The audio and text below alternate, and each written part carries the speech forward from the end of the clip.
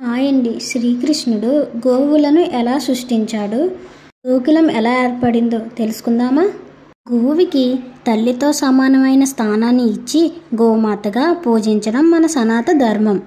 సంప్రదాయం గోకులంలో వివరించే సురభియే ఈ గోమాత. దేవీ భాగవతం ప్రకారం సృష్టి తొలినాళ్ళు శ్రీకృష్ణుడు గోకులంలో రాధికా సన్నిహితుడైన క్రీడలతో వినోదం సాగించేవాడు. అలసిపోయి పాలు తాగాలనిపించి తన శరీర రూపంలో ఎడమ భాగం నుంచి లీలా విలాసంగా వత్స సంహితంగా పాడి ఆవులను సృష్టించాడు. కుండలో పాలను పితికాడు. అవి అమృతంతో సమానం. తరువాత సురభి రోమ కుపాలాల నుంచి కోట్ల సంఖ్యలో కామదేవులు అవతరించాయి.